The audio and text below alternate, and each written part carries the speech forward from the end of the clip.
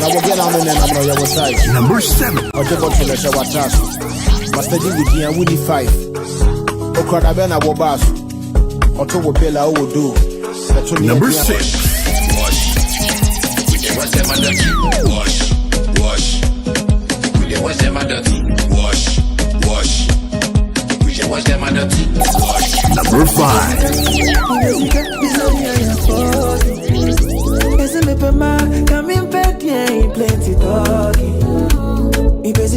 Number 4. Lord, I'm amazed. I'm looking despite my feelings. Give me all the love when I need it. My name is one more. Could I ask for?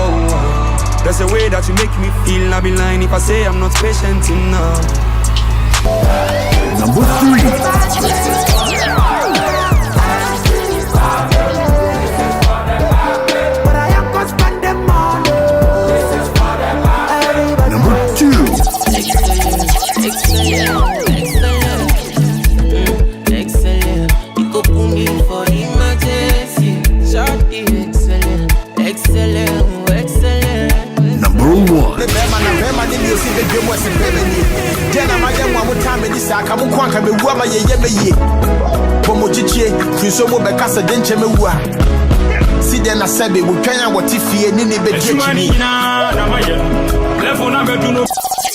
This is the ChannelOne Countdown.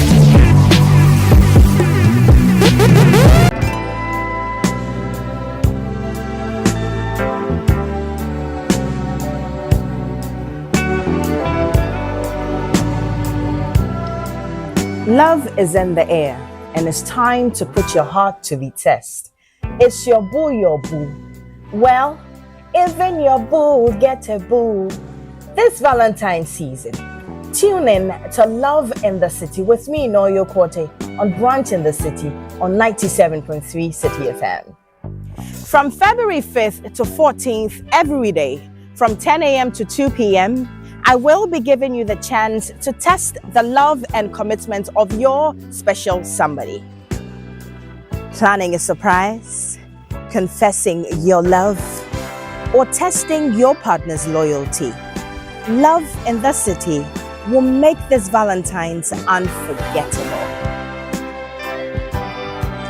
It's your boo. Love in the City. Let's put love to the test. Only on 97.3 City FM. Girl, I want to give you a special treat. You're so sweet. Turn off the lights.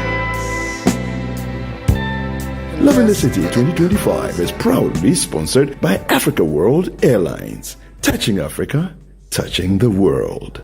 What are you doing in the kitchen? Doing Ghana card. If you want to come to my house and touch things, you need to ask permission from me.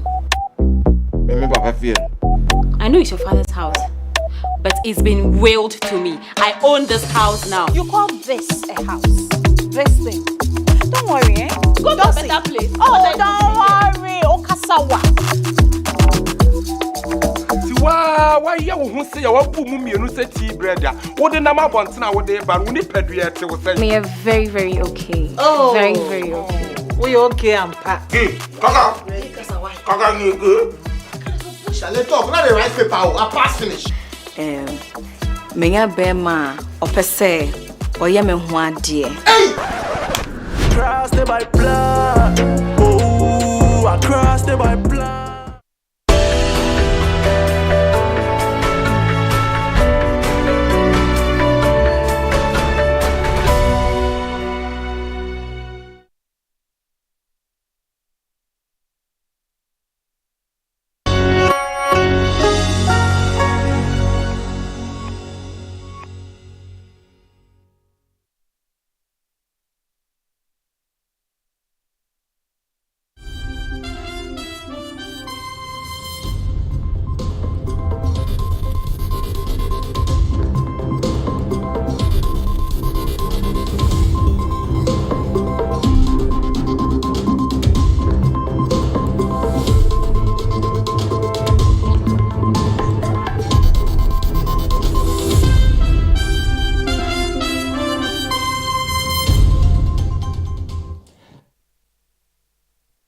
Hello and welcome to the ChannelOne Newsroom. We're coming to you live from our studios at number 5 for Wula Hansen Lane at Tesano in Accra. I am Adwoa, Tenkoramaa, Domena. Coming up.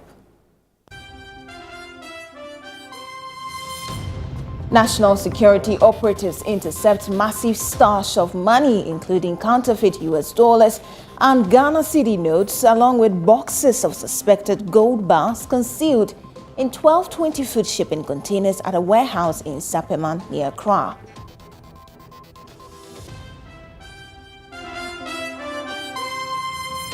Also, water shortage hits various parts of the country. We'll find out from the Ghana Water Company what it's doing about the problem.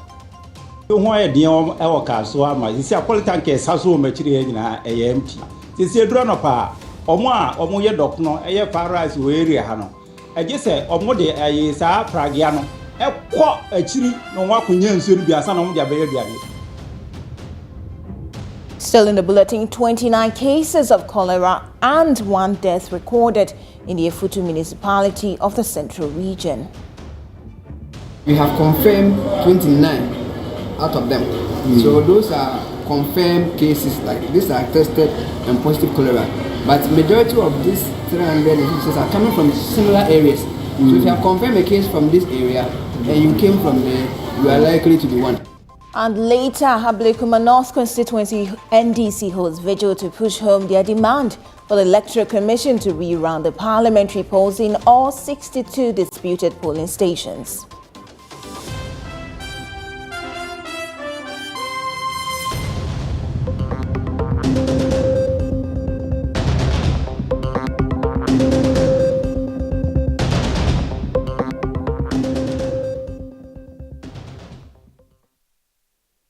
Hello and welcome to the bulletin. We start tonight from some security matters, and the national security operatives have intercepted massive stash of money, including counterfeit US dollars and Ghana cedi notes, along with boxes of suspected gold bars concealed in 12 20-foot shipping containers at a warehouse in Sapema near Accra.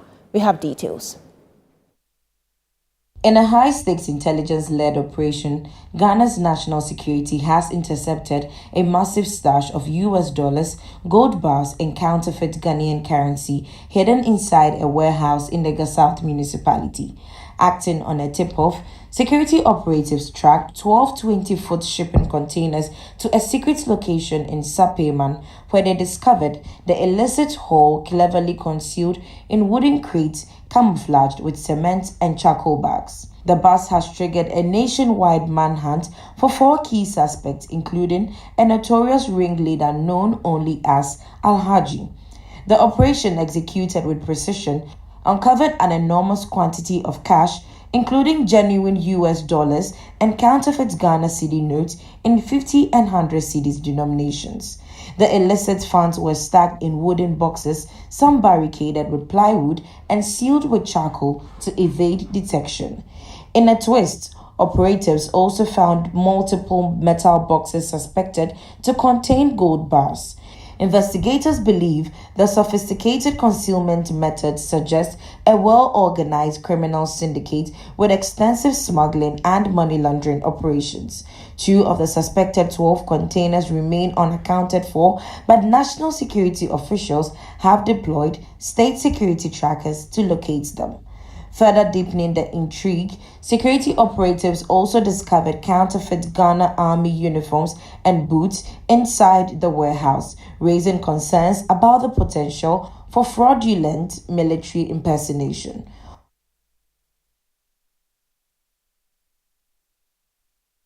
Away from Accra, we take you to the north now, and students of Bimbilla Senior High School in the northern region are expressing deep concerns over the negative effect of the ongoing water crisis on their education.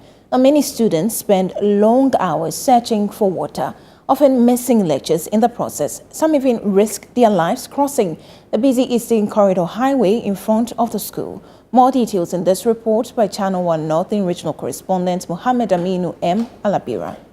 The persistent water crisis in Bimbilla within the Nanumba North municipality has reached a critical point once again, severely impacting students of Bimbilla Senior High School.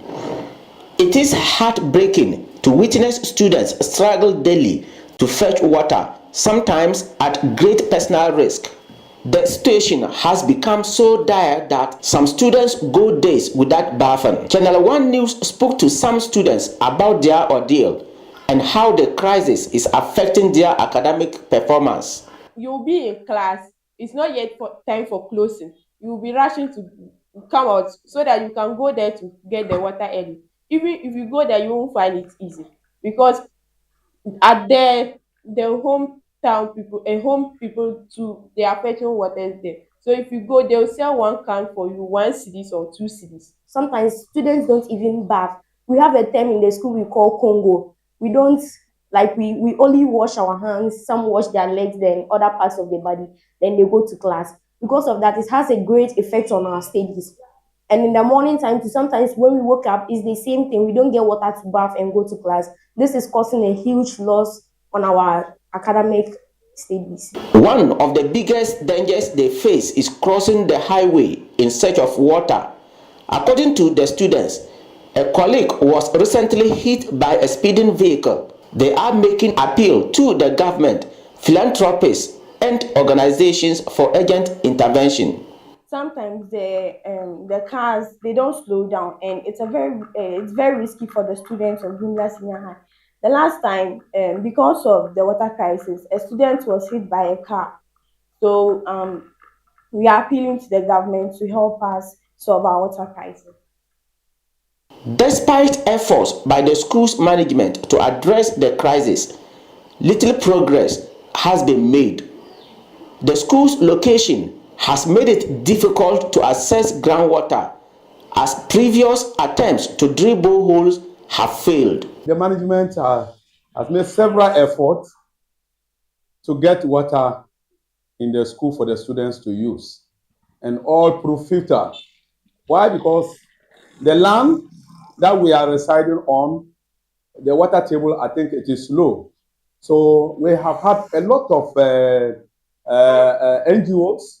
They came in and dug boreholes, and yet still they are not able to get water.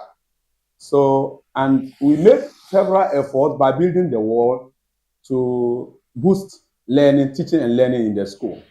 But because of lack of water on campus, it's a very serious challenge in the school.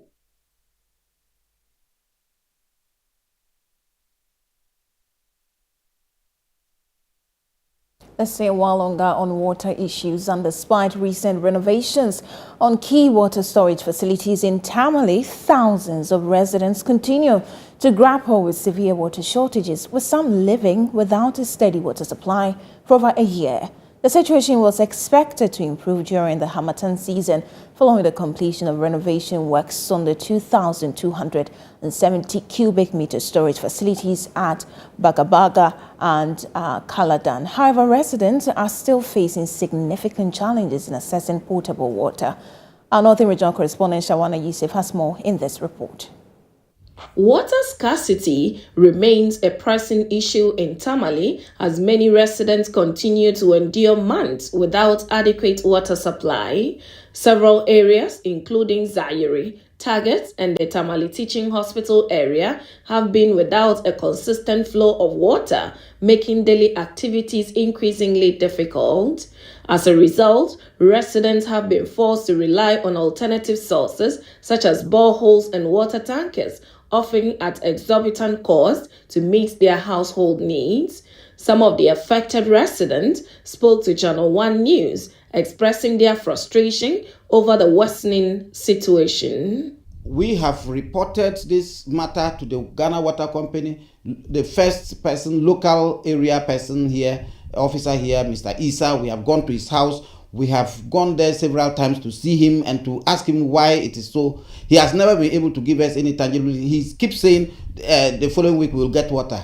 And how many weeks have passed? Just consider, even if it is 1 year, 52 weeks have passed. We buy from these tricycles, what they call yolo. And then sometimes we get a tanker, which is reasonable. Then we buy tractor tankers.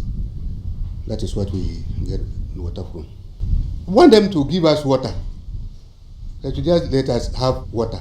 That is our problem. Many residents have questioned why the crisis intensifies during the dry season, yet water flows relatively better during the rainy season. They are calling for a rationing program to ensure a more equitable distribution of water. During rainy season, very minimal. But during dry season, we get this problem. Why we are getting this problem, nobody can tell. Because if I'm in Camberley and other parts of Camberley are flowing, why can't my place also flow? Is it that we are not getting enough flow of the water, or it's intentional? That one is another matter. So all that we need, if we can all get water at the same time, at least in every week or in every 2 weeks, I'm sure I'll get water and get my reservoirs and fetch down. It will be recalled that in October last year, ChannelOne TV reported on renovation works at one of Tamale's largest storage facilities aimed at improving water supply, particularly during the dry season. The regional director of the Ghana Water Company, Stephen Amihie-Mensah, believes the situation has improved significantly compared to previous years. By Friday, we're very sure that water will get to Avnash and even go down towards UDS. So because of these investments, although there's still water shortages because the source has not been expanded, it's the same 35,000 cubic we are producing, but the water management and distribution has improved all these reservoirs. That's why the impact is less than last year. As you recall, there were 2 demonstrations in January. And this year, it hasn't happened, and there are less yellow gallons also in town. In an interaction with management of the Ghana Water Company, we understand that the improvement works at their major storage tanks at Bagabaga and also at Caladan couldn't achieve the needed results as they were hoping that would have ameliorated the difficulties of water that people face during the dry season. They are hoping to have these issues resolved so that the issue of water challenges would be a thing of the past in the metropolis. For ChannelOne News, my name is Shawana Yusuf, reporting from Tamale in the Northern region. Now, in the central region, some residents of Kaswa in the Ewutu-Senya East municipality have been grappling with access to potable water for months. According to the residents, their taps have remained dry for over 3 months, forcing them to rely on water tankers at exorbitant prices. Central Regional Correspondent Calvin Stetter visited some affected communities in Kaswa and filed this report. This is Lawyer, one of the communities in Kaswa that has been struggling with access to potable water for months.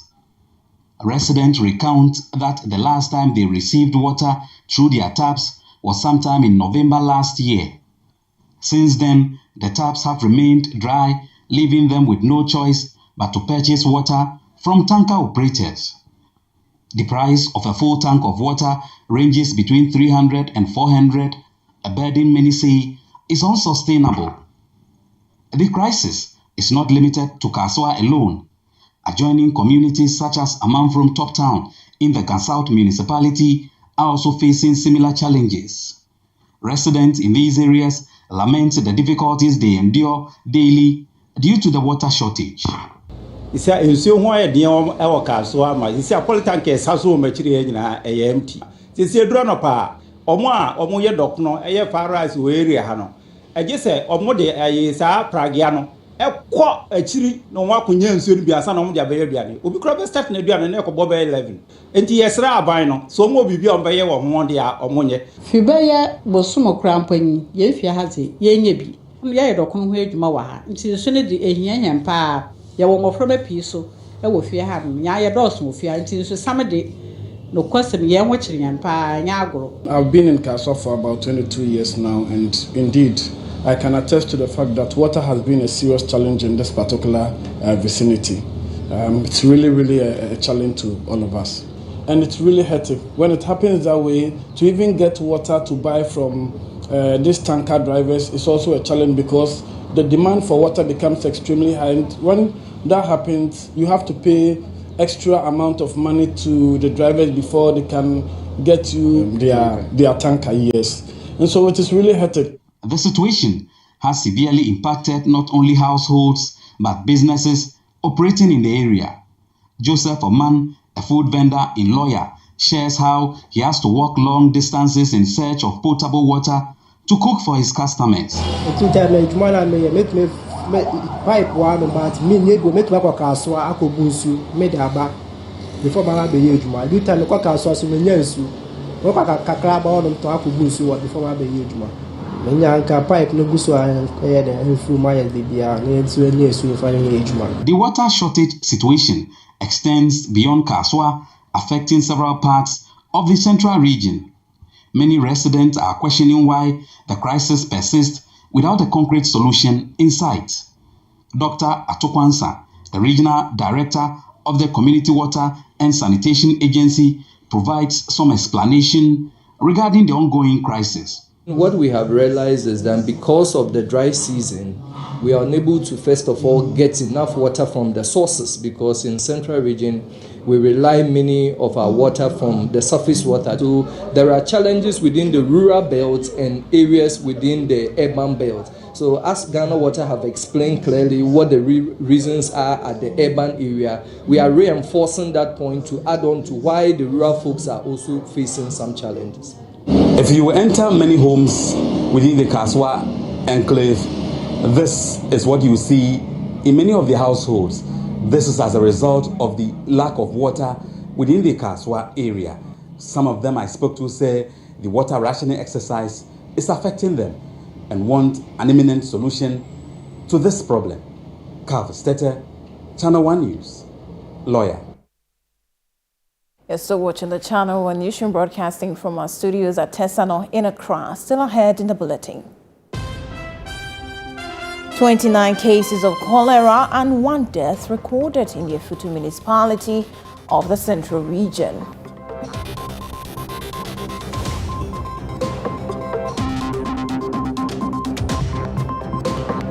Stay with us for details of this and other stories coming up shortly.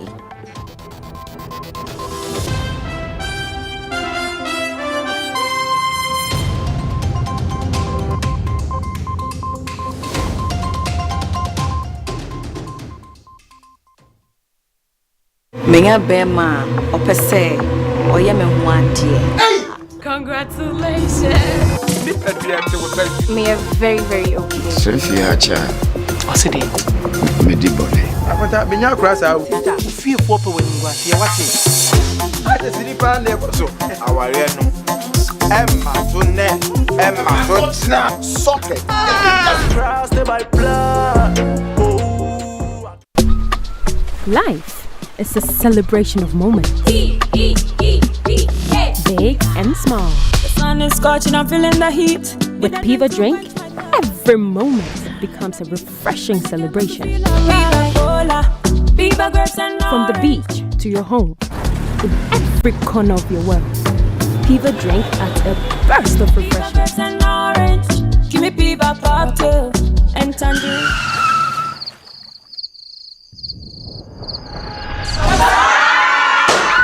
Celebrate every moment with Piva Drink. Refreshment for every occasion. Piva Drink, a taste you will love. P for Piva. This advert is FDA approved. ECG, now you sweating because of me. Sava, get more money and I pepper them. All the time I dey pepper them. Plenty commas for the pepper them. I'm so hot, they pepper them. Making money and I pepper them. All the time I dey pepper them. My whole gang with they pepper them. I'm so hot, they pepper them. I have my two ladies. Hey, so who's Lali and who's Lola? Okay, should we confuse her? Okay, you guess first. Yes, just a little bit. Just a little bit. Just rack your brain. You say we're your girls now, so tell the difference between your girls now. And Lola.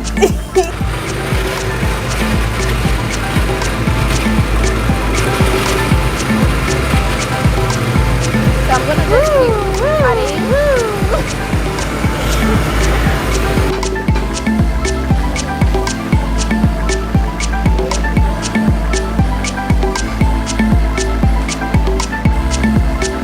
my plate to pepper them.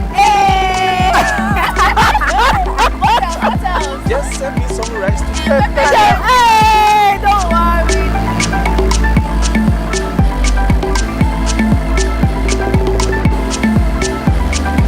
One upgrade is nice, but a double upgrade is amazing. And that's how we do it.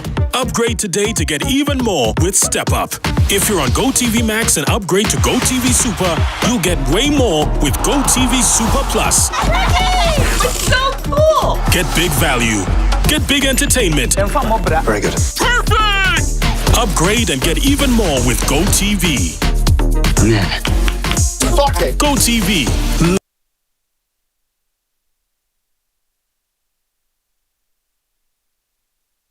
Love it.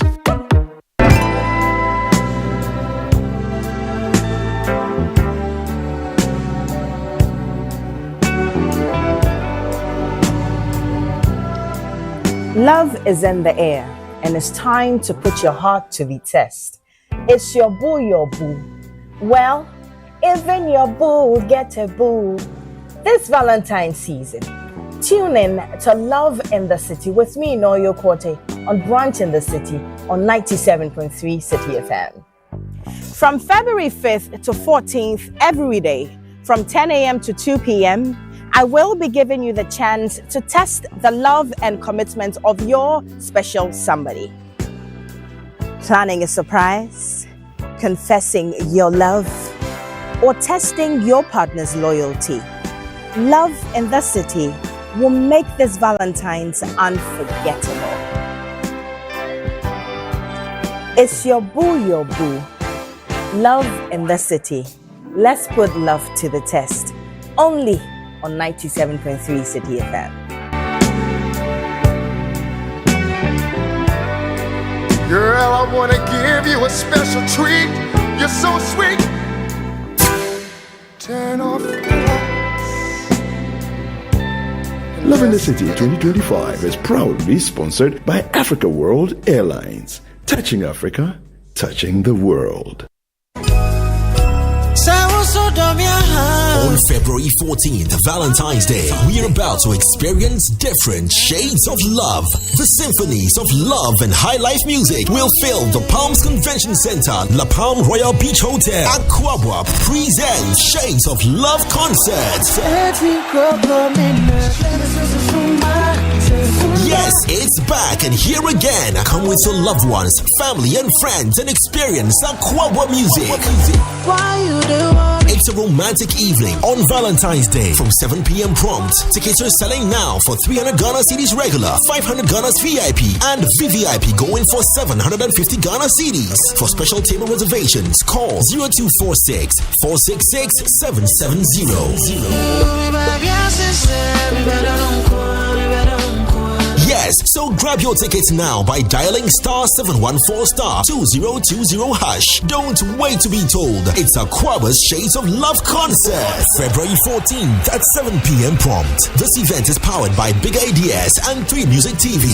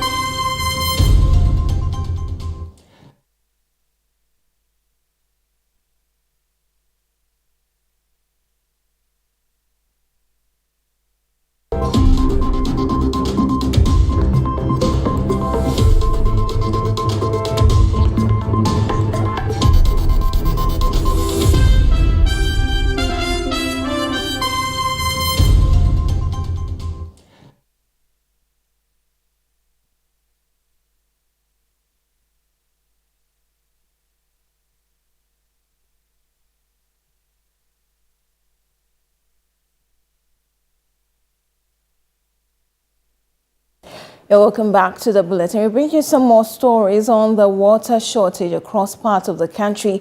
This time we are in Ho because the persistent water crisis is putting immense pressure on key institutions, forcing them to find alternative means to sustain their operations. We have been joined via Zoom by our Volta Regional Correspondent, Desmond Salasiago. Desmond, good evening. Thank you for joining us. Which institutions are we referring to and what is the situation there? All right, so good evening. Some key institutions which we are talking about, the senior high schools, second cycle institutions, and the whole teaching hospital and other hospitals, including the whole municipal hospital, the Volta Regional Teaching Hospital, which is the main or the biggest hospital to spend about 11,000. We also, the directive from the Volta Regional Minister recently, according to him, they are now paying 650 Ghana cedis per day for a tanker. So if they are to buy at least 3 tankers, you can imagine how much they are spending without the directive. Hello, Desmond. But now with the directive, yeah, paying. Desmond, try and reposition yourself for us. We are struggling to hear you. They were paying 1,000.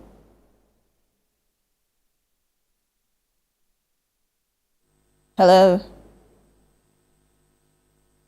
Yeah, hello. Yes, if you can hear me, please go ahead with your submission. It's a bit clearer now. All right. So previously, the whole teaching hospital spends about 1,100 daily or per tank to get water, but now they are buying a tank of water for 650 cedis. This is as a result of the directive from the Volta Regional Minister James Gunu, where he said they will be making available some tankers to some key institutions where the whole teaching hospital is also part.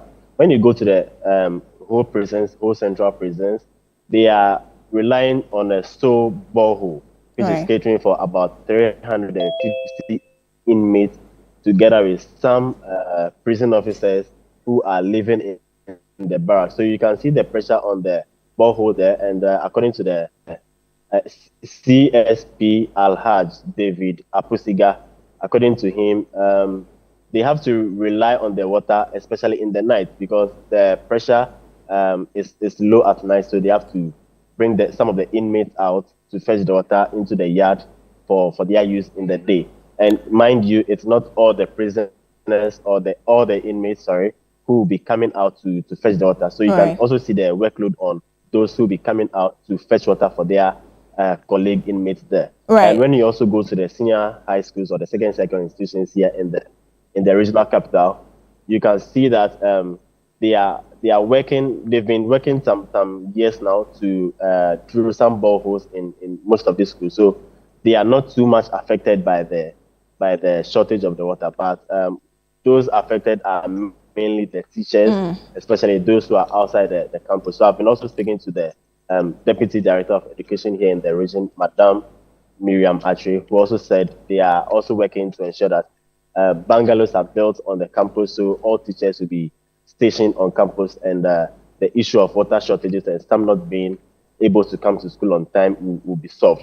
But in the Volta region or in whole here now, and a directive a press release was issued yesterday by the PURC, indicating that some temporary works have been done at the Pefe headworks, and by today or tomorrow, water should be flowing to some homes. And I can tell you that yes, water has begun flowing to some homes, but for now it has ceased. This we know. Sorry, Desmond. You mean the water started?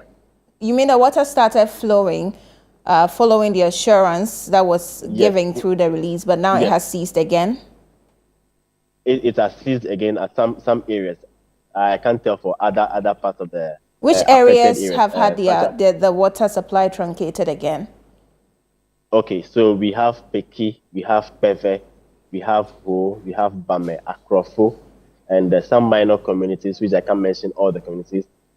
They are having the issue with the shortage of water. But when you come to Ho, as at this afternoon, some areas, those in Bankwe, Dome, were having water. But I learned the water was short again, or water was ceased flowing again for some time now. What's the assurance we are getting from the water company? Is it that by tomorrow, as the statement said, we'll have food supply restored to all of these areas? I can't tell for a fact, but what I know is, according to the release which was issued yesterday, they said they have worked on it and water should be flowing to our homes. But mind you, we were having previously 3 shafts or 3 pumps which were stationed at the Peve headworks. 2 broke down some years ago, and we were relying on a sole shaft. And this shaft, pressure was on it, so residents in these areas, the affected areas, were being rationed water. Water was rationed to these people. So now that the temporary work has been... Very well. Thank you so much. That's Desmond Selassie Agor. He is Volta regional correspondent, painting us a picture of what has been happening in the region as far as water supply is concerned, particularly in Ho. Well, thankfully, we have been joined by the communications manager for the Ghana Water Company Limited, Stanley Marty, to get some more perspectives on this. Good evening, Mr. Marty. Thank you for joining us. Kindly unmute your microphone so we can hear you. Yeah. Yes. So right from our correspondent, let me start from there. He says that the Peve headworks was not functioning for some time. There was an intervention to get it fixed. We understand that water supply was restored to the areas, but currently some of the areas have still had their water supply ceasing. What's happening? I think the correspondent didn't really do justice to to viewers, in that his reportage is not wholly accurate. And so we were there on Monday, personally myself, and then our managing director, Honorable Adam Utowakilu, and then some high-ranking and top engineers to meet with the political and traditional leaders and the people of the whole municipality and surrounding communities. Now, we had a very good interaction. There was a great debate. Your correspondent was there, and no, I need to check. I don't think he was there, but there were a lot of media guys, and we gave them briefing. We took them around. We showed them what the challenge was. We gave them history of the place. So I would have expected that we would have done better with this report. Mr. Mate, he was certainly then. That's how come he got us this report. But the question I was asking is, what's the updates with the whole water situation? Yes, so let me give the background, because he's giving some information which is inaccurate. Let me correct that impression, and then we'll move on. So all I'm saying is that the whole treatment plant was built in 1993. Now the pumps there are supposed to be 3.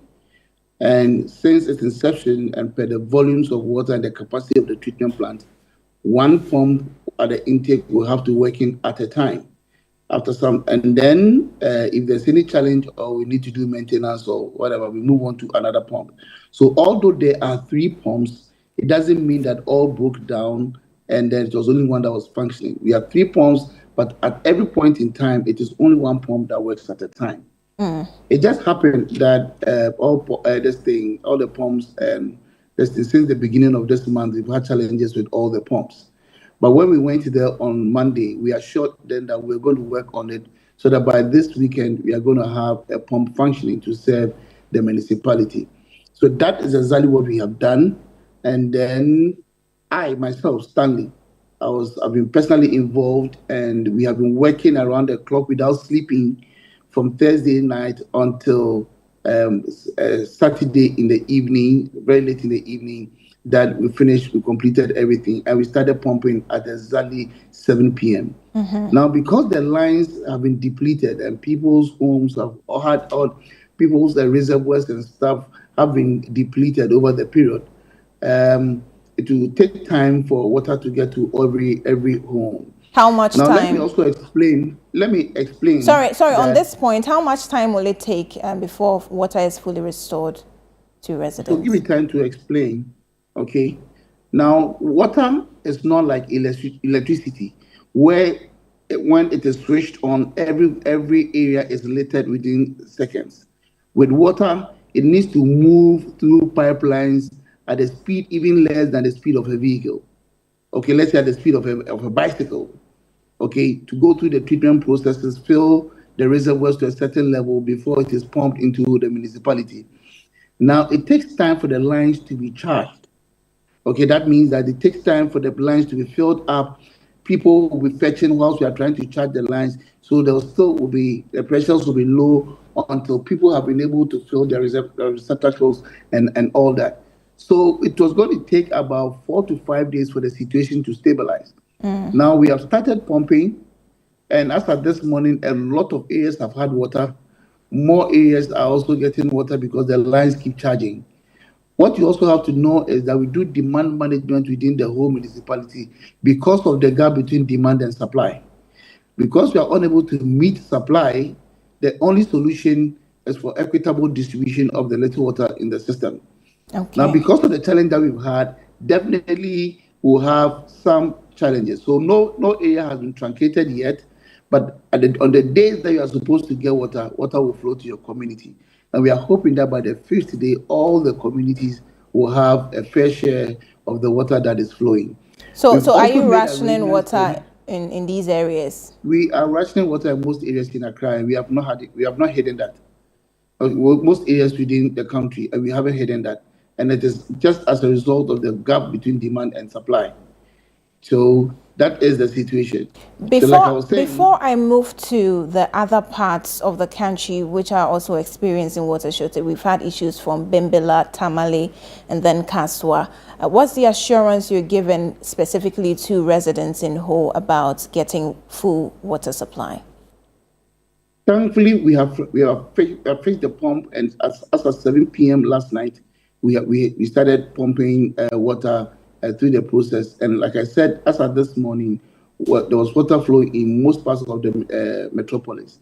Now, the Peki areas and stuff that is mentioned are all served from the paper treatment plant, and they are all going to get water according to the rationing program. So rest assured, people of Ho, we are thankful for your support. We continue apologizing for the inconvenience that we have caused, but just as we promised, we have worked around the clock to ensure that water flows. So give us up to the end of the week, and then the situation should normalize within the municipality. I also want to assure the people that we have had a spare pump fitted now, and it is there on standby. By Wednesday or latest Thursday, we should have another spare pump also completed and then fixed. Right. So that we are going to have there's the 2 standby pumps, and then that should make it for the short-term solution that we have spoken about. Very well. We are still working seriously around the medium-term solution, which is the procurement of new pumps to replace the old ones that are currently there. Very well. Before I let you go, briefly on this point, what's the situation in Bimbilla, Tamale, and then in Kaswa? So Tamale Metropolis is served from the Dallon treatment plant. We abstract water from the Nawuni treatment plant for treatment. Now, Tamale has a similar problem, just like Ho, in the sense that there is a serious gap between demand and supply. We are only able to meet about 1/3 of the population. Okay, so and we have very serious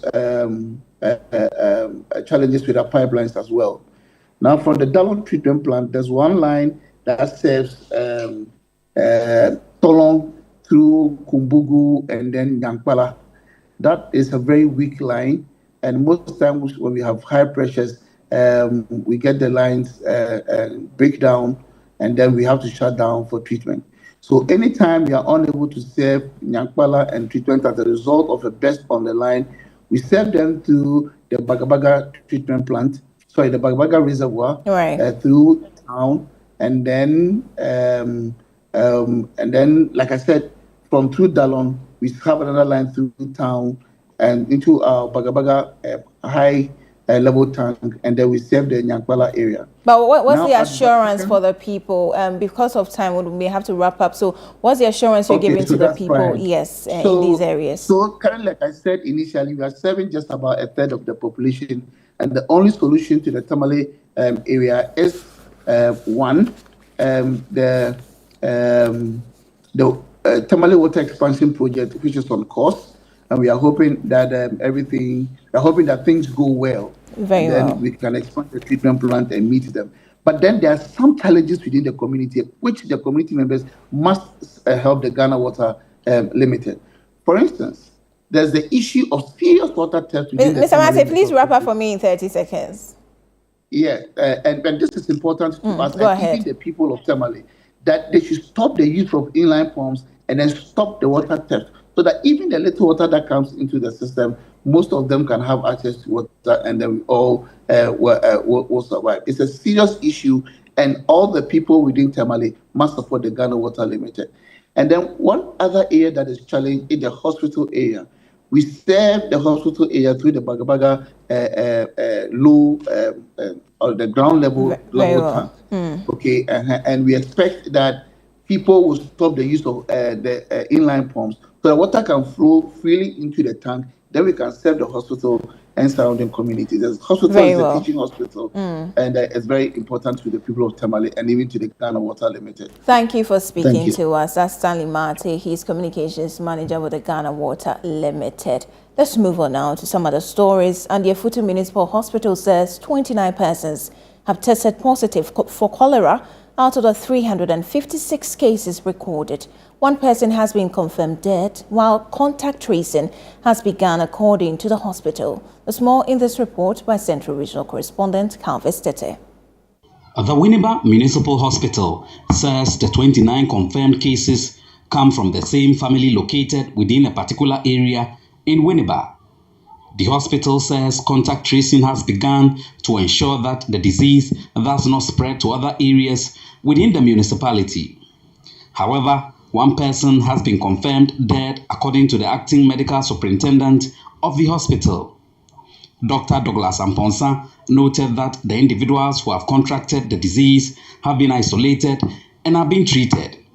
He assures that the hospital is on top of the issues. 29 has been confirmed.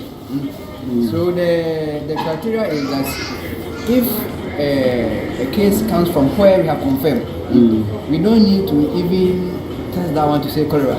Because if someone is coming from the same area and the person has been confirmed as a cholera case, then that one is a probable case of cholera.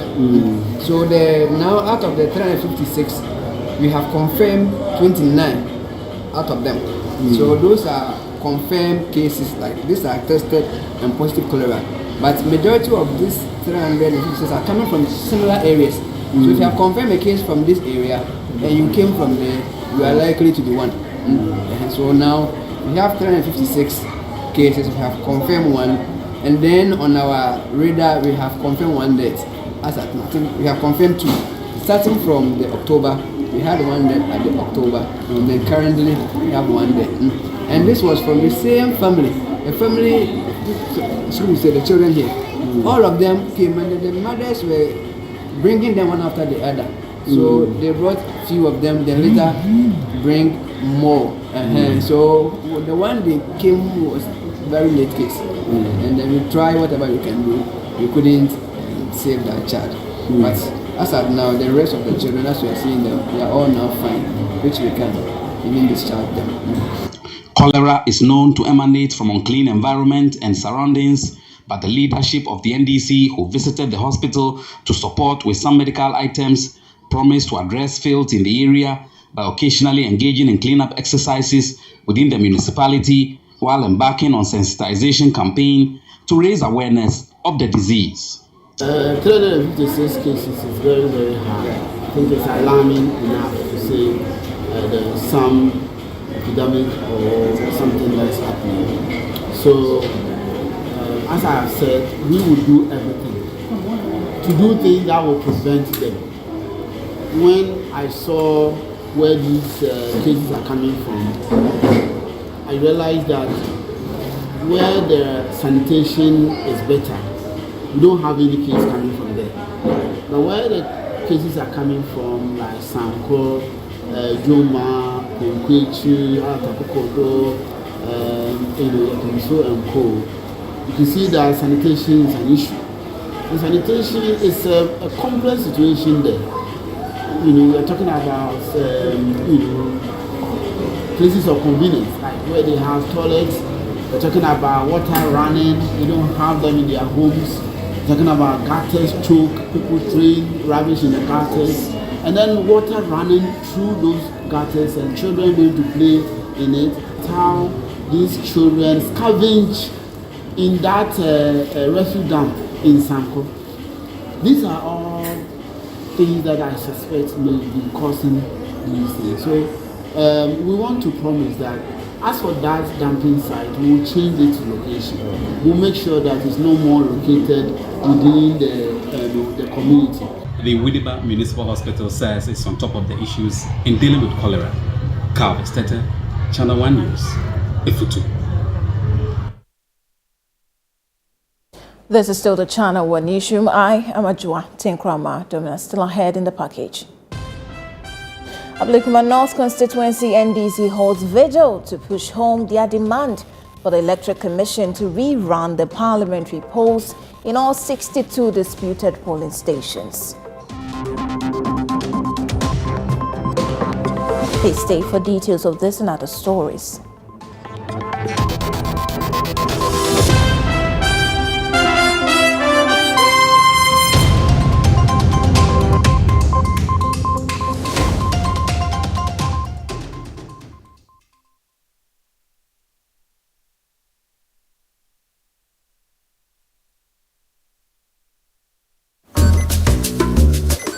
Pascal is showing his boss the efficient new technology they've installed. She's pleased. But now she's asking, why is that still there? Pascal explains the new fleet-finding darts are more accurate than the old ones. The boss is not so pleased anymore. If you haven't automated your fleet management yet, it's time to get business done better with MTN Business. Every day, people have money emergencies. Ma, I need my school fees emergency. Mommy chop money emergency. Emergency. Catch it. I'm your rent emergency. Now, there's a new emergency number in town. More money, challenge and enjoyment. At the top life we got. Dial star 770 hash for all your money emergencies and chop life. Dial star 770 hash for money emergencies and get easy and quick access to your money, loans, and other banking needs. EcoBank, the Pan-African Bank.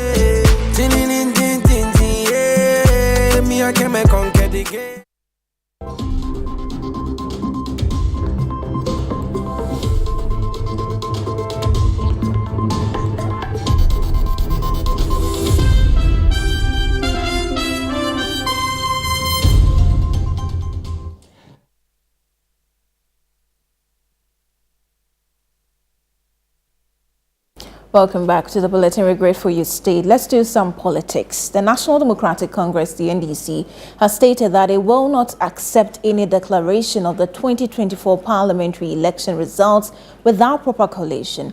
Now, this follows a statement by the Electoral Commission's Deputy Director of Research indicating that the Commission is preparing to finalize collation and announce the results. Speaking to ChannelOne News, the NDC Ablekuma North parliamentary election results protest vigil, the Ablekuma North NDC constituency organizer Musa Kalamu affirmed the party's commitment to resisting any unlawful declaration of results in the constituency. From day one, Jen Meza was Manasari, and everybody has told the whole world that they do not have a single pink sheet. On which documents are they going to stand on and declare results? That is the question.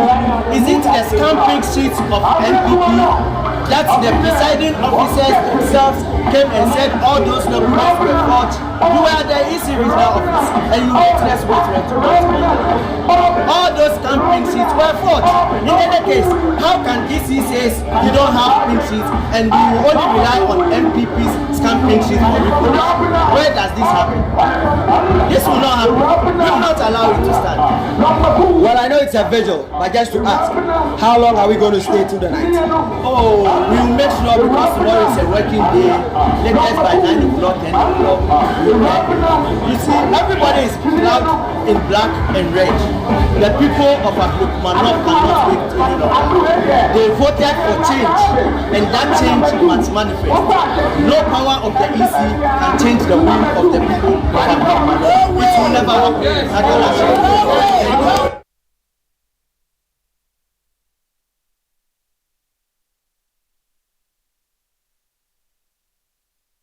From the NDC, let's move to the camp of the NPP, and some concerned members of the New Patriotic Party in the Domena constituency are calling for urgent intervention on the party's National Executive Committee to address challenges they said led to their defeat in the 2024 parliamentary elections. The group alleges that issues such as the manipulation of the party's album, internal divisions, complacency on the part of their parliamentary candidate, and incompetence among constituency executives contributed to their loss.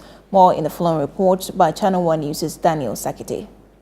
The New Patriotic Party had held the Domena parliamentary seat until recently, when the party lost it to the National Democratic Congress in the 2024 general elections. The seat was won by the NDC's Eliklin Akugu, a result some concerned MPP members attribute to internal party issues. The group has accused constituency executives of incompetence and blamed their loss on album manipulation, internal divisions, and complacency on the part of their parliamentary candidate, Michael Kwe Jr. Addressing a press conference, Secretary of the concerned members of the New Patriotic Party in the Domena constituency, Isaac KJ, insisted that without urgent intervention from the party's National Executive Committee, reclaiming the seat in the next elections will be difficult. Right after the parliamentary primaries, some of us started calling for reconciliation. But the MPC, Lawyer Kwe Jr., said it publicly that there was no time for reconciliation. Thinking Domena was a stronghold, so nothing can stop him winning the seat. Honorable Adwoa Safo's absence also played a role in our defeat. But she also confirmed on Oman FM that the PC Lawyer Kwe Jr. did not contact her for support.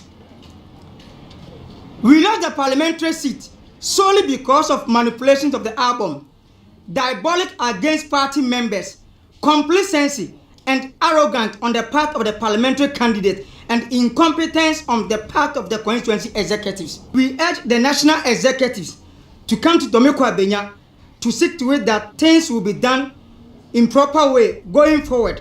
For the concerned members of the New Patriotic Party in the Domena constituency, the intervention of the National Executive Committee is needed as the party plans to recapture the seat in the 2028 general election. For ChannelOne News, I am Daniel Sakite. Now, earlier we brought you the story of the NDC in Ablekuma North holding a protest vigil over the parliamentary election results. My colleague Christopher Kevin Asima has joined us from the ground. Christopher, good evening. Thank you for joining us. The vigil has ended, I suppose. What did the constituency resolve after the exercise? Well, thank you very much, Adwoa. Actually, the vigil is over. I'm currently at the forecourt of the Kwashiman Chief Palace. And the forecourt here is where members of the Ablekuma North NDC, with support from their regional executives, had a number of constituencies join them here at the forecourt of the Chief's Palace to hold a vigil in protest of the election results. The vigil was to call on the EC to ensure that they declare the NDC's candidate as the elected parliamentary candidate for the 2024 parliamentary election and have her sworn into parliament. They had a number of issues that they raised here that include that the EC is trying to conjure or produce fake pink sheets in an attempt to declare the results in support for the New Patriotic Party's candidate. And they also charged their members to remain firm and vigilant and resist all attempts to intimidate them and allow the EC declare the results in favor of the NPP. Adwoa, just a quick one. The Ablekuma North constituency organizer is here. He's one of the people who spoke to us earlier and one of the people who spoke to supporters who gathered here, and I'll just speak to him briefly. Chris, because of time, I'll just stay with you so that we can wrap up the conversation. We have heard from the gentleman already, but if you are taking home one thing from this vigil, what would you say was the NDC's conclusion after the exercise? What are they going to do? What was the vigil for, really? Well,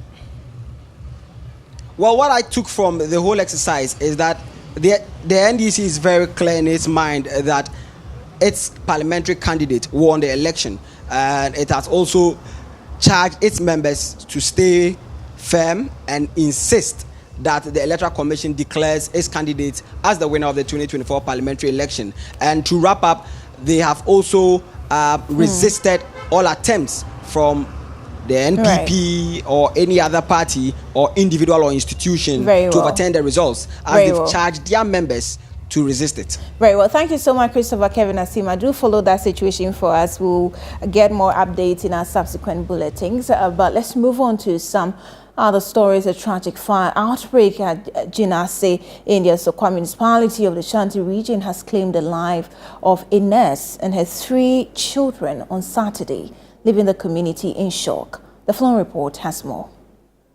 The devastating incident occurred in the early hours of Saturday at a 3-bedroom house where the victims resided. The deceased, identified as Linda Ajuman, a nurse at Kumasi South Hospital, and her 3 children were trapped inside as flames engulfed the building. Despite desperate rescue attempts by neighbors and passers-by, the intensity of the fire made access impossible. Firefighters arrived at the scene after being alerted and managed to extinguish the blaze, but the victims were found burnt beyond recognition in the bathroom. An eyewitness at the scene explained that access to the room was blocked due to the explosion of a gas cylinder.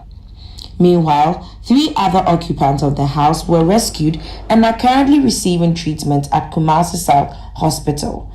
The child bodies have been transported to the Konfanochi Teaching Hospital for preservation as authorities launch an investigation into the cause of the fire.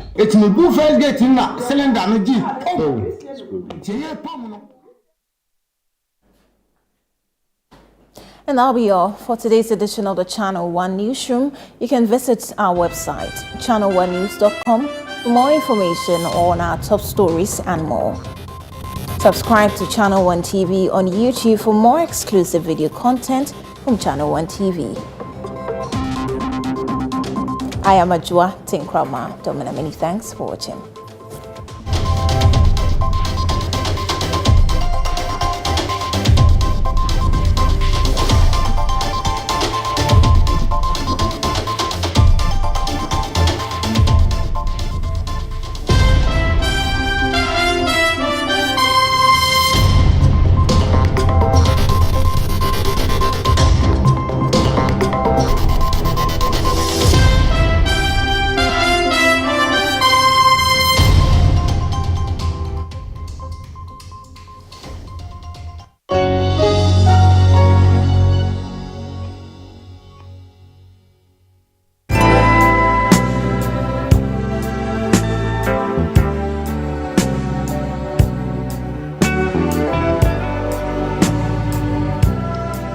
Love is in the air, and it's time to put your heart to the test.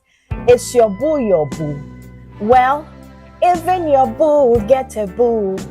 This Valentine's season, tune in to Love in the City with me, Noyo Korte, on Brunch in the City on 97.3 City FM.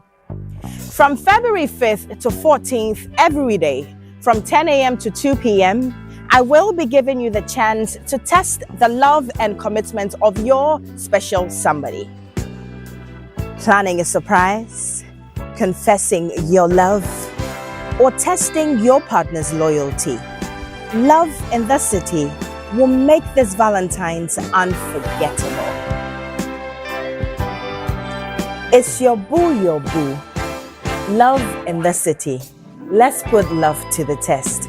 Only on 97.3 City FM.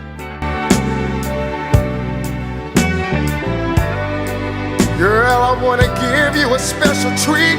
You're so sweet. Turn off the light. Loving the City 2025 is proudly sponsored by Africa World Airlines. Touching Africa, touching the world. ECG, now you sweating because of me. Sava. Get more money and I pepper them. All the time I dey pepper them. Plenty commas for they pepper them. I'm so hot, they pepper them. Making money and I pepper them.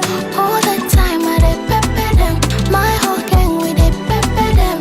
I'm so hot, they pepper them. I have my two ladies. So who's Lali and who's Lola? Okay, should we confuse her? Okay, you guess first. Yes, just a little bit. Just a little bit. Just rack your brain. You said we're your girls now, so tell the difference between your girls now and Lola.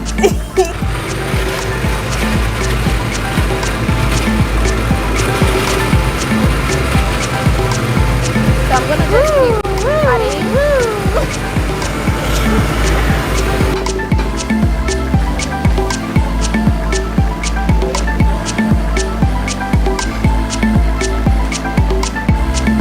I bring my plate to pepper them. Hey! What else? Just send me some rice to pepper them. Hey, don't worry.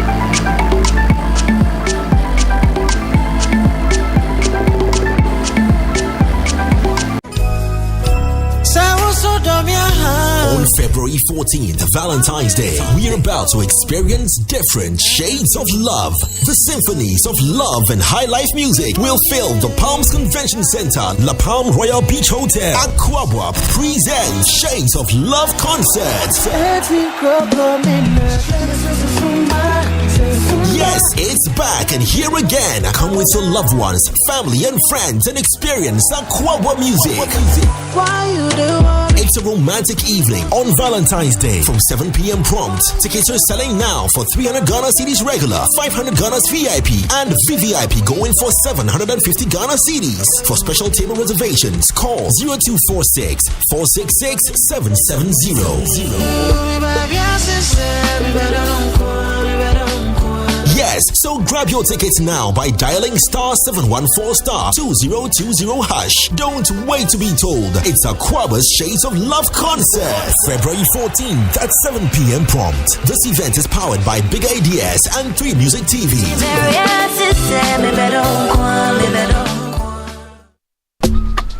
Life is a celebration of moments. Big and small. The sun is scorching, I'm feeling the heat. With Piva Drink, every moment becomes a refreshing celebration. From the beach to your home, in every corner of your world, Piva Drink adds a burst of refreshment. Give me Piva cocktail and tangerine.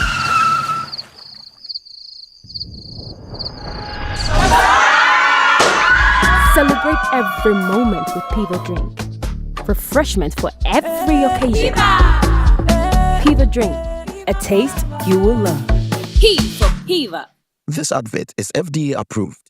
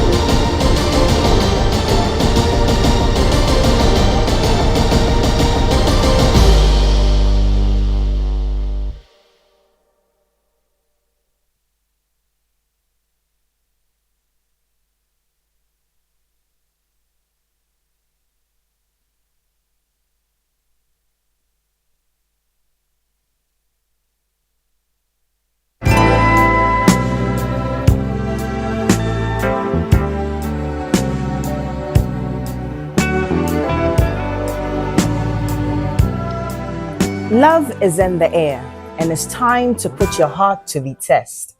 It's your boo. Well, even your boo get a boo.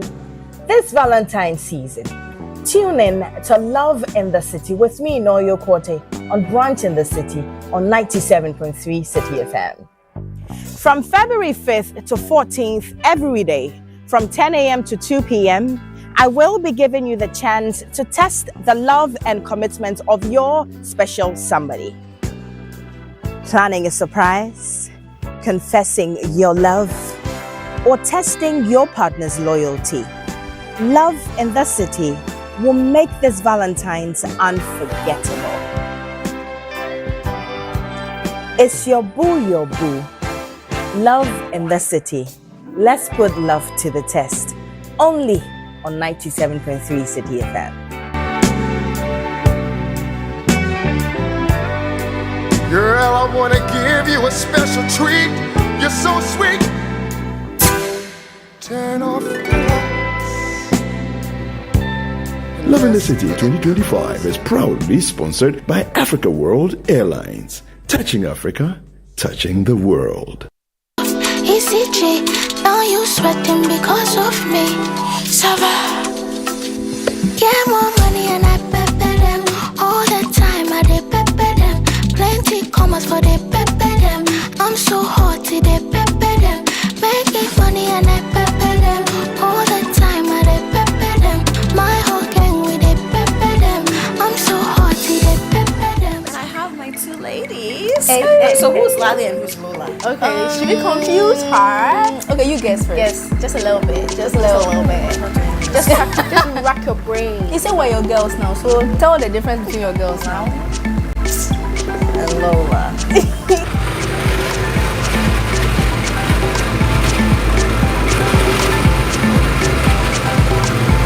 So I'm gonna just keep adding.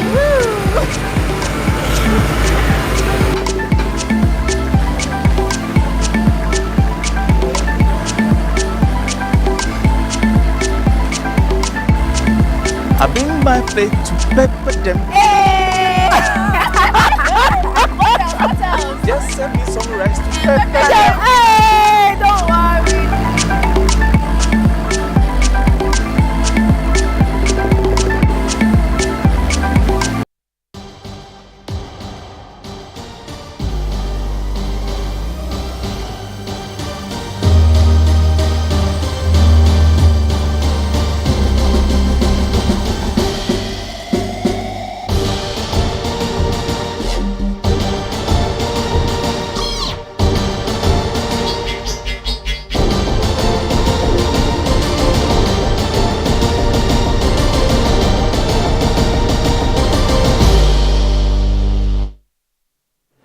Sunday nights are for Scorecard on ChannelOne TV, and like I've been saying all the time, depending on what side of the divide you belong, it's either been a good weekend or not such a good weekend. Liverpool Football Club did not think that they would go into this weekend crashing out of the FA Cup. Chelsea as well have become a casualty of the FA Cup. They call it the oldest cup competition in the world for a reason. So we'll be getting into the FA Cup. There have been some fallout, some talking points out there. We'll touch on some La Liga, some Bundesliga, and some Italian Serie A as well. My good friends are in the studio. Let's get right into it. You out there, from wherever you are watching us, from wherever you are watching from around the country, from around the continent, the text and WhatsApp lines are on your screen. So you can text into the show. I'll be too happy to read out your comments. Coach Christopher Nimley is here. Coach, welcome to the show. Thank you, Ben. Susu Graham is here. Champ, what's good? I'm good. Nice. Let's get right into it. Time is a little spent, and let's start off with that game between Manchester United and Leicester City in the FA Cup. Obviously, Ghanaian interest involved. Jordan Ayew was in action. Van Nistelrooy himself coming up against his former club. So a lot to talk about in terms of storylines. Let's get into the highlights. 2021 season. He can finish. Here's Daka looking for the chance to finish. Support from Ayew. Ayew's effort is a good one. And well watched, seen early by Dorgu. Agate doing his level best to keep the ball, but he hasn't. And this is El Khanous. Pulled into the box, there's Ndidi! And it's headed in by D. Cordova-Reid. Leicester in front with half-time approaching. And there's not been a lot in it. Two teams who have been really struggling of late, and it showed. But on the balance of everything we've seen so far, Leicester have been the better of the two teams and deserve this. Well, it's a goal that the game needed, and it's Leicester who have broken a deadlock.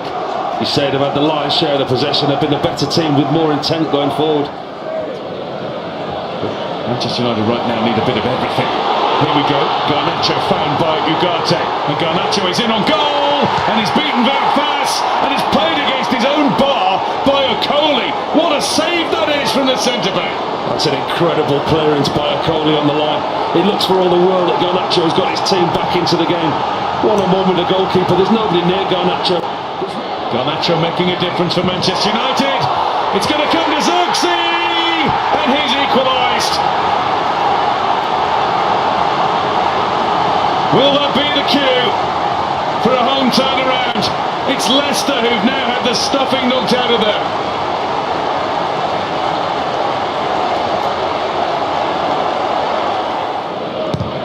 Fernandes. Edmondson has gone back to his line. It's Maguire! Manchester United have won it right at the end. So Harry Maguire sending Manchester United to the next round in controversial fashion, actually. If you look at the replay of that again, seems to have been slightly offside, but no VAR at this point in the competition. Man United will not mind. Coach, let's go through the breakdown of this one. So just before we start, I think that assistant referee will have to be suspended for 3 match days. Look, when we get there, I will show you why I'm saying so. So this is the game. This is actually the first goal of Leicester City. If you roll or as it stands now, look at the shape of Manchester United. Absolutely brilliant. There is Maguire, there is Dalot, and I think there is another Man United player there, in addition to the young man there. So absolutely brilliant in terms of defensive organization. But this is going to highlight the lack of recovery on the part of Kobbie Mainoo. Okay. We've always highlighted that as he grows up, he's going to be something of a Clarence Seedorf. Anybody who knew Seedorf in his young footballing days, he was playing like Mainoo. But after some time, coaches who had worked with him realized that he's not good on the recovery. So they designed a proper number 10 role for him, where he's always either one behind the main striker or two of the guys behind the main striker. Kobbie eventually will grow up to become that player. So when you roll this again, so there was a let it go. So this is Ugarte. This is Ugarte. He's been pressurized. But look at the Man United players. None of them are showing up for the ball. At least this player here, this Man United player here, should be telling Ugarte something, some message from him. Just backpedal, and then he clears the ball, and the whole team move forward like that. But he didn't do that. So Ugarte tactically or technically had to rely on his technical ability to see whether he can get one past the Leicester player. That was unsuccessful. So there you go. He tried to pass the ball through his legs. He didn't, and then Man United got dispossessed. Now look at here. This is, you see, I've always tend to highlight Harry Maguire. He's the leader in this team. He should be the one always at all times per his son, because he was the one in between the back three. So this should be him. But rather, that is not him. This is him. Look at what he's doing. He's so much concerned here. There you go. He's so much concerned about that Leicester City player. He feels that one, he has that player in check. He's done with his job. But that is not football. Football is about you being the leader, you anticipating better as a defender, and then reading the situation and doing proper communication. He's just taking one responsibility. Let me hold that player, and everybody else is supposed to be doing something like I'm doing. No, it doesn't work like that. If you are the most experienced defender in the team, so the shape of Man United completely in tatters. This is Kobbie Mainoo. This is Kobbie Mainoo. But you see, when the thing rolls, I will highlight something again on the replay. This is perfect save by Onana, but again, unfortunately, the Leicester City player was there. Now, this is the Kobbie Mainoo thing I was talking about. Watch it. I want you to pause it here. Let me ask you something. Go ahead. Why wouldn't you give Leicester City credit I'm coming there for the press? The press was absolutely brilliant. Because if you look at them, Ugarte, he was completely eclipsed in between three Leicester City players. So tactically, and they even had a backup guy just in case he wanted to pass. There was no way for Ugarte to outwit them. So this is where the United players in and around the situation should be voicing out, should be telling the young man what is going on around you are surrounded. You are surrounded. So take the simpler option. Take the simple. Go to throw. I was just thinking the same thing. Go to throw and let the team up. But they felt that they had men. Now, if you have men, you have to communicate. Now, watch. This is Ndidi. This is Ndidi. This is Ndidi. This is Kobe Meno. This is Kobe Meno. Have I highlighted him? This is Kobe Meno. So if you look at that, you clearly see that Meno sees the situation, but look at how he recovers. So the boy is disposed. Look at him. He's walking. He's walking. You see, then he ran and then he slows down. Yeah, because he obviously should be picking up. Should be picking up the goal scorer. Wilfred Ndidi all day. This is another perfect situation. Look at him. Very casual on the recovery. And this is something about him that he really needs to improve upon. So that was the first goal. Then we go to Joshua Zirkzee. Now, take it or leave it. It is all about Alejandro Garnacho. Garnacho came into this game and he completely brought something completely different from every United player. In that first side, if you watch the game, Ahmad, Dogu, they were not running in behind the Leicester City backline. They were rather showing up for the ball. And once you show up for the ball, everything is being done in front of the defensive wall. So you can easily be marked. But what Garnacho actually did was to ensure that he will always run in behind. Look at this. He picks up the ball, pause it here. Has he got a chance? He's got no chance here. You need to be technically gifted. You need to believe in your technical ability and your speed. And the fact that the young man is ambidextrous, meaning he can use both feet, that would not limit his option. It's not only about coming onto the right foot, but he can dummy and go onto the left foot, which was exactly what he did. I think the Leicester City defender did the best he could have done because he showed Garnacho. He's a forward. He's a forward. He's not even a defender. He's not even a defender. I think in terms of forcing Garnacho to the byline onto his weaker foot, I would have encouraged any of my fullbacks or any of my players to do, and that was exactly what he did. So, but Garnacho, knowing that he could, look, he paused and then he took it onto that left foot. And then an easy tap in forward. Zirkzee. Look, it would have been an eyesore if he had blasted up over the bar. It would have been an eyesore. So again, you want to credit Alejandro Garnacho. Look at it again. He picks up the ball, he pauses, he checks, and then he goes for it. Good movement on the part of Rashmond Holland. Coaches always tell you to drive the ball hard and anything can happen. And that is it. Now, this is why I think that linesman or that assistant referee, like they are now called of late, should be given a 3 or a 4 match ban. Let's play this. I would like it to roll on the first side. Let it roll. Let it roll. At this point, everybody thought it was a perfect goal because we had not seen the angle. Now, once the angle, let's pause it here. Now, everybody watch. This is the linesman. This is him. That's the linesman there. Can see everything properly. He's in the best position. He's in line to see the Leicester City line. As to how he did not see that, and on the clock, I think it was the last minute. It was like 90 plus 3. 90 plus 3 or something like and that was the last kick of the game virtually.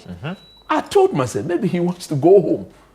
You know, that's he did everything to stop the extra time. That's what everyone was saying, that the match, he was so bored with the match. He wanted to go home early. But look, they are not supposed to do that. You've been mandated to apply the rules to the fullest. As to how he didn't see this, only God knows, and perhaps he himself knows as to how he didn't see that.